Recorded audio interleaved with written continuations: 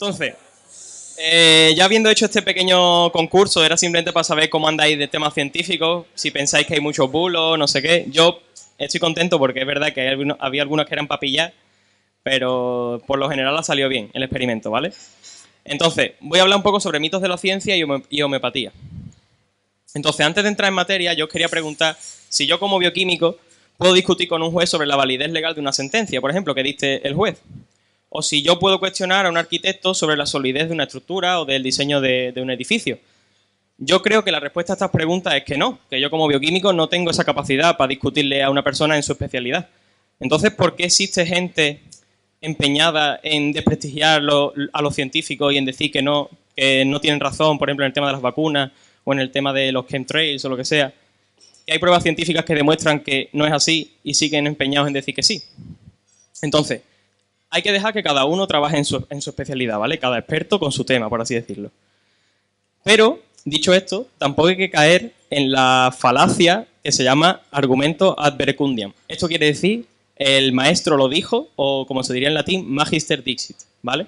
Eso quiere decir que porque una persona ilustre diga una afirmación, no tiene por qué ser cierta. Por ejemplo, si alguien especializado, un premio Nobel de medicina, hace una afirmación sobre algo de química o algo que no es su especialidad, no tiene por qué ser cierto.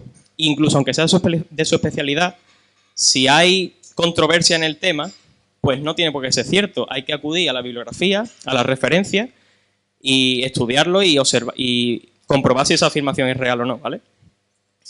Entonces, vamos a cómo comprobamos que una afirmación científica es cierta o no es cierta. Pues una afirmación científica es cierta porque se basa en otros conocimientos generados por otras personas.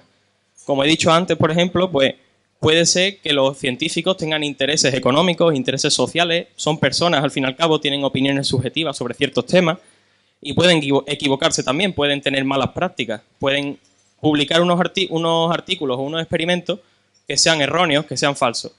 ¿Qué pasa? Que un resultado erróneo o un resultado falso no se sostiene en el tiempo porque la ciencia es consistente, ¿vale? La ciencia se basa en la consistencia. Tú tienes una serie de pilares sobre los que vas construyendo, vas generando conocimiento. Si uno de esos pilares falla, ese conocimiento se desploma y se ve que era falso, ¿vale? Entonces, esto es un poco irónico porque lo que voy a decir ahora es que no hay que hacerle caso 100% a los científicos. Y yo soy un científico que estoy aquí hablando con vosotros.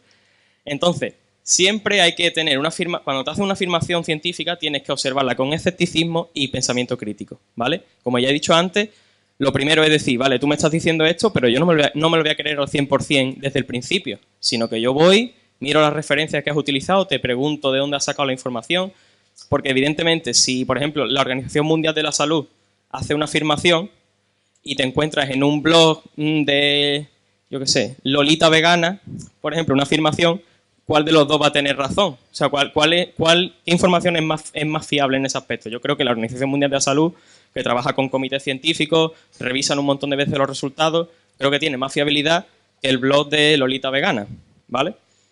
Entonces, dicho esto, que es así un poco como se trabaja en la ciencia, vamos a ver a dónde nos ha llevado la ciencia hasta ahora. La ciencia nos ha llevado a salvar millones de vidas y a aumentar la esperanza de vida hasta donde estamos ahora mismo, ¿vale? Hace 300 años, en el siglo XVII o en el siglo XVIII, que tú fueras al barbero cirujano que se llamaba en aquella época, porque además no eran ni médicos, sino que el mismo barbero que te cortaba el pelo te sacaba una muela. Entonces, como vemos aquí, las técnicas de esterilidad y de higiene y todo eso que hay ahora mismo en las consultas médicas, eso era impensable. Entonces, gracias a los avances en microbiología, por ejemplo, gracias a Luis Pasteur, que fue un microbiólogo muy conocido y famoso por el descubrimiento de las vacunas y de la esterilidad, y de que la causa de las enfermedades eran microorganismos, hemos podido tener sistemas higiénicos en las consultas médicas y aumentar la esperanza de vida hasta ahora. También avances en la farmacológica, en la biología molecular, en la biología celular, etc. Pero no solo los avances médicos son importantes, sino que también los avances tecnológicos. Gracias a los avances científico-tecnológicos hemos podido aumentar la población hasta los niveles en los que estamos ahora mismo, que estamos cerca de 7.500 millones de habitantes sobre la faz de la Tierra. Y se espera que dentro de unos años seamos casi 9.000 millones. Esto se debe a la mecanización de las técnicas de agricultura, ¿vale? A la existencia de los tractores, a dejar de utilizar mulas o fuerza de personas para arar, Entonces, gracias a esto, la mayoría de los que estamos aquí no nos dedicamos a la agricultura. La mayoría nos dedicamos al sector servicios. La aparición del sector servicios es importante puesto que nos ha permitido tener ocio, tener cultura, poder dedicarnos a no producir alimentos, sino producir conocimiento, por ejemplo, ¿vale? Entonces, eso es importante. Todos los avances tecnológicos nos han llevado hasta aquí. Entonces, ya he dicho más o menos dónde estamos ahora mismo en la ciencia, ¿no? Pero ¿cómo se hace esa ciencia? Es decir, ¿qué hace un científico cuando quiere demostrar algo? Pues un científico hace uso de una cosa que se llama el método científico. El método científico se basa en 6 puntos. Primero, la observación. Después, la pregunta. Es decir, tú observas un fenómeno natural y te haces una pregunta sobre ello. Después planteas una hipótesis para explicar esa pregunta. Una vez que tienes la hipótesis, haces una predicción de los resultados, compruebas tus resultados y los obtienes. Entonces, vamos a hacer una analogía del método científico, pero con una tostadora, ¿vale? Entonces, yo hago una observación del mundo natural, en este caso mi cocina, y el tostador no tuesta, ¿vale? Resulta que yo intento poner la tostada y el tostador no tuesta. Y hago una pregunta, ¿por qué mi tostador no tuesta? Planteo una hipótesis, a lo mejor el enchufe está mal, no funciona. Mi predicción es que si conecto la tostadora en otro enchufe, funcionará. Quiero remarcar que las hipótesis tienen que ser comprobables y refutables. Es decir, para hacer una buena hipótesis tiene que poder ser comprobable. Entonces, la hipótesis, por ejemplo, de el nacimiento de Venus de Botticelli es hermoso, esa hipótesis no se puede comprobar, porque la hermosura no es una propiedad cuantificable. En cambio, si yo afirmo la gente piensa que el nacimiento de Venus de Botticelli es hermoso, sí lo puedo comprobar, porque puedo hacer una encuesta, calcular cuánta gente dice que es hermosa, cuánta gente que dice que no es hermosa, y elaborar unos resultados, ¿vale? Entonces esa es la diferencia. Una vez que tengo mi predicción, pues hago la prueba de esa predicción, es decir, desarrollo lo que se llaman experimentos controlados, ¿vale? Los experimentos controlados son experimentos en los cuales todos los factores que puedan afectar se mantienen constantes, menos uno. En este caso del ejemplo de la tostadora, sería la tostadora tiene que ser la misma, la tostada tiene que ser la misma, pero el enchufe es lo que cambia. Pero si tú cambias la tostadora y cambias el enchufe y ahora funciona, tú no sabes por qué ha sido. No sabes si ha sido por la tostadora o ha sido por el enchufe.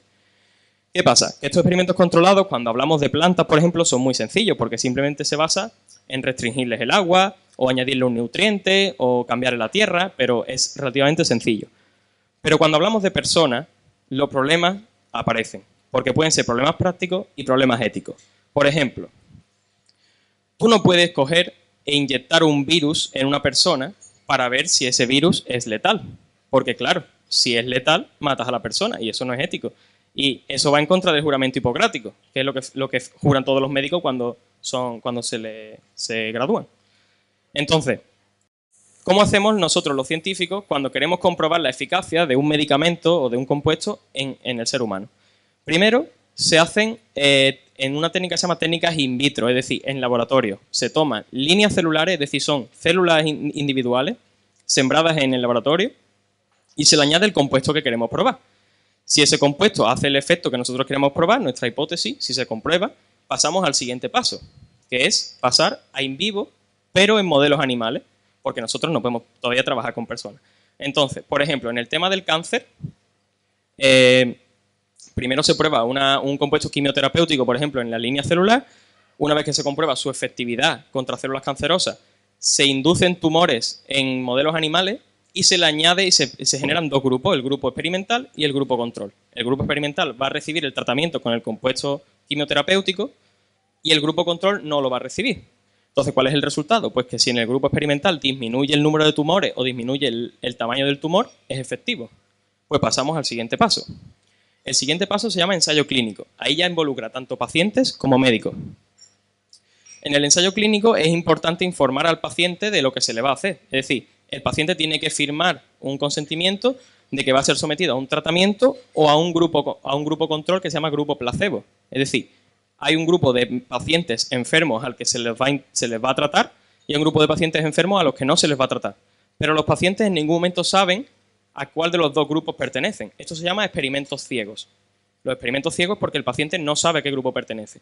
Y el hecho de no saber a qué grupo pertenece provoca un efecto que se llama el efecto placebo. El efecto placebo hace que una persona muestre signos de mejoría en una enfermedad aunque solamente se le esté administrando placebo. El placebo puede ser agua, una solución azucarada, pero no tiene ningún compuesto activo, ¿vale? Eso es el efecto placebo y es muy importante cuando se hacen ensayos clínicos porque es un efecto real, o sea, el efecto placebo es muy real. También es real el efecto nocebo. El efecto nocebo consiste en que la persona presenta síntomas o efectos adversos derivados del tratamiento. Por ejemplo, si a un paciente se le dice, este medicamento te va a producir dolor de cabeza, mareos y náuseas, y se le da placebo, es decir, esa persona no está siendo tratada con ese medicamento, pero esa persona presenta mareos, náuseas y dolor de cabeza. Pues eso se llama efecto nocebo y también se tiene en cuenta cuando se realizan ensayos clínicos. Y los experimentos dobles ciegos son muy importantes porque el médico no sabe tampoco si está prescribiendo el tratamiento o está prescribiendo el placebo. Esto se utiliza para evitar que el médico, como ya he dicho antes con el tema del autismo, por ejemplo, el médico escoja inconscientemente los resultados a su conveniencia para publicar esos experimentos, para publicar esos resultados.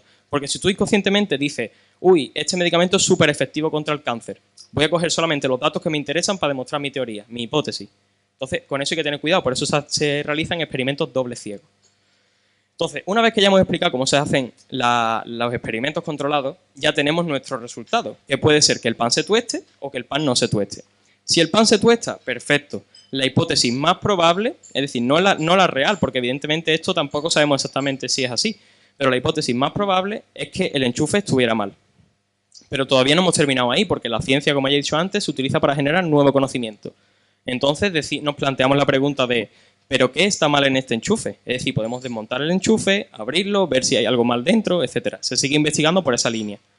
En cambio, si la hipótesis no se confirma, si el tostador sigue sin funcionar, aunque lo enchufemos en otro enchufe, cambiamos la hipótesis. Es decir, decimos, bueno, a lo mejor el tostador tiene un alambre roto o tiene una resistencia que no funciona o hay algo mal algo dentro que está mal.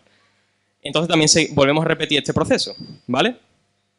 Y ahora digo, bueno, si ya os he explicado aquí que la ciencia es consistente y que todos estos resultados se construyen sobre bases sólidas, ¿por qué hay gente que no se fía de la medicina? ¿Por qué hay gente que desconfía y decide eso, no vacunar a su hijo, o decide no tomar antibióticos, o decide que todo se va a curar de forma natural? Pues porque la ciencia, o sea, la medicina no es una ciencia exacta, ¿vale? La medicina, a diferencia de otras ciencias, utiliza la probabilidad. Es decir, este tratamiento es eficaz al 60%. Esta operación, por ejemplo, cuando te sometes a una operación grave, esta operación tiene una tasa de supervivencia de tal, porque es verdad que pueden cometerse errores durante el quirófano, existe ese riesgo. Entonces, la incertidumbre da miedo y el miedo genera rechazo, ¿vale? Entonces, a raíz de esto surgen dos corrientes. La medicina convencional, que es la que he explicado, la que estoy explicando y es la que está demostrada científicamente que funciona, aunque con una probabilidad puede ser baja para mucha gente, y las terapias alternativas. Las terapias alternativas lo que se basan es en intentar curar al paciente de otra forma que no describe la medicina convencional. La medicina convencional tiene una visión reduccionista del cuerpo, es decir, igual que toda la ciencia. Es decir, tú tienes un todo que no puedes explicar sin dividirlo en partes pequeñas y esas partes pequeñas es más fácil de estudiar. Por ejemplo, los biólogos celulares lo que hacen es estudiar los tejidos por separado. Es decir, uno estudia el tejido del estómago, otro estudia el tejido de los pulmones, otro estudia el tejido del corazón. Después se agrupan para intentar darle una explicación al todo, pero siempre faltan esas conexiones que hay entre los órganos. Entonces, esas cosas que no puede explicar la medicina convencional, la gente busca su explicación en las terapias alternativas. Porque las terapias alternativas tienen una visión más holística del cuerpo, es decir, ven al cuerpo como una caja en su conjunto, en la que hay desequilibrios de fuerzas o en la que hay desequilibrios de energías, y entonces intentan explicar esas enfermedades que no sabemos explicar con la medicina convencional mediante estas técnicas. Dentro de las terapias alternativas podemos encontrar el Reiki, que ya lo he mencionado en el Kahoot, la acupuntura, la ozonoterapia, la naturopatía, hay muchísimos, las flores de Bach, hay muchísimas, podéis buscar por internet y seguro que encontráis algo. Yo me voy a centrar en la homeopatía. La homeopatía es muy conocida, de hecho en Estados Unidos más del 40% de la población utiliza homeopatía. Y fue una medicina, bueno, en aquella época se denominaba medicina, descrita por Samuel Hahnemann, que es un médico alemán del siglo XVII o XVIII. Este médico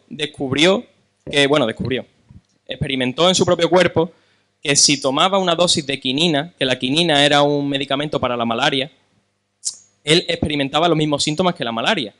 Y él decía, bueno, si la quinina se utiliza para curar la malaria y yo al tomarme quinina de forma, estando saludable, me provoca síntomas similares a la malaria, quiere decir que la quinina cura la malaria porque me provoca esos síntomas. Eso es lo que él pensaba. Entonces, él sacó la afirmación de lo similar cura a lo similar. ¿Vale? ¿Qué pasa? Que esto tiene ciertos problemas, porque él cortaba de tajo, cortaba de raíz la fisiopatología detrás de una enfermedad. Es decir, él asociaba la enfermedad a los síntomas y los síntomas a la enfermedad, pero eliminaba el por qué se producían esos síntomas. No es lo mismo la malaria, que está producida por un organismo, que la quinina, que posiblemente te haya dado una reacción alérgica o te haya dado otro tipo de reacción. Entonces, esto tiene una serie de pegas, que es, por ejemplo, para tratar el insomnio se le da homeopatía de café, lo cual no tiene mucho sentido desde el punto de vista de la farmacocinética del café. Entonces, otra premisa de la que partía Samuel Hahnemann es que la dilución aumenta la potencia. Claro, porque tú si le das una solución muy concentrada de un compuesto que es tóxico, por ejemplo la quina o el café o lo que sea, para una persona que tiene una enfermedad, le produce unos síntomas peores. Entonces, él diluía mucho sus compuestos para decir, claro, es que si lo diluyo es mejor, o sea, se cura más de lo que se curaba, que no se curaba, o sea, se curaba solo.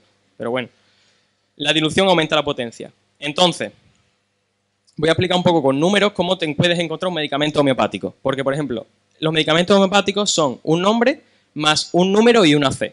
La C significa centesimal de Hahnemann, ¿vale? Centesimal de Hahnemann.